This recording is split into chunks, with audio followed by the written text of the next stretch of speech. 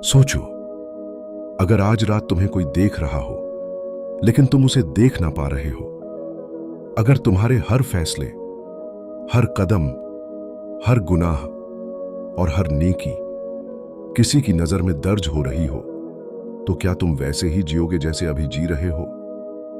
बहुत पुराने जमाने की बात है।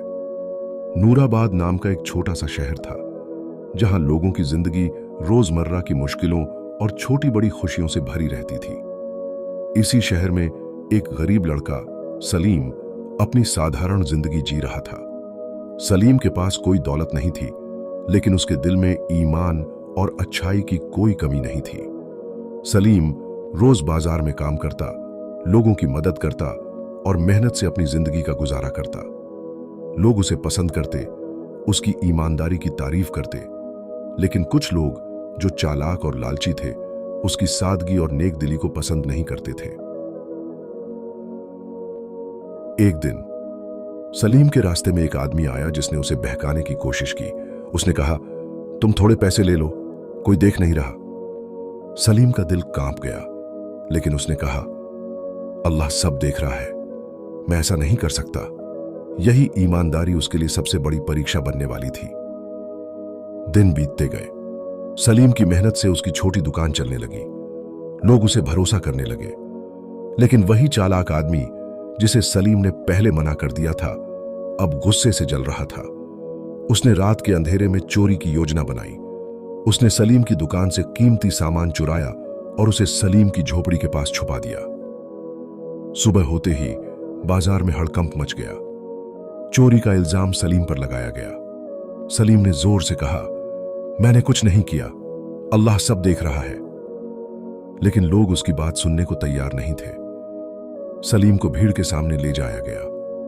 उसका दिल जोर जोर से धड़क रहा था। उसने खुद से कहा, या अल्लाह, यह क्या हो रहा है?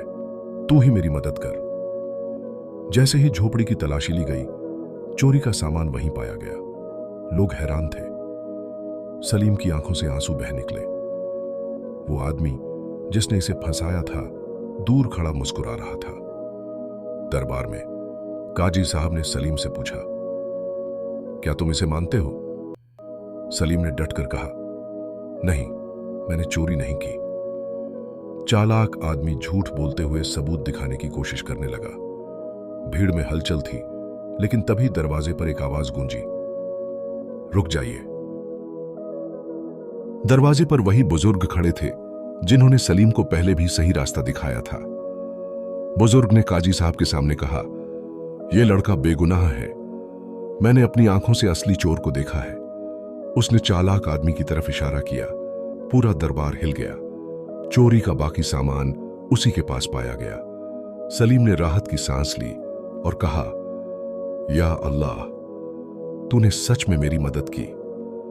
बुजुर्ग धीरे धीरे अंधेरे में गायब हो गए। सलीम अब जान चुका था कि मदद ऊपर से आती है। कुछ दिन बाद चालाक आदमी जेल से भागकर सलीम के पास आया। उसने माफी मांगी। सलीम ने मुस्कुराकर कहा, अगर अल्लाह माफ कर सकता है तो मैं कौन होता हूं ना करने वाला। सलीम अब अपनी नई जिंदगी जीने लगा। वह गरीबों की मदद करने लगा, भूखों को खाना खिलाने लगा और लोगों को सही रास्ता दिखाने लगा। नूराबाद में लोग उसकी मिसाल बनने लगे। लेकिन एक रात वही चालाक आदमी फिर से हमला करने आया। सलीम डरने के बजाय उसने आंखें बंद कर दुआ की, या अल्लाह, अगर आज मेरी मौत लिखी है तो मुझे माफ कर देना।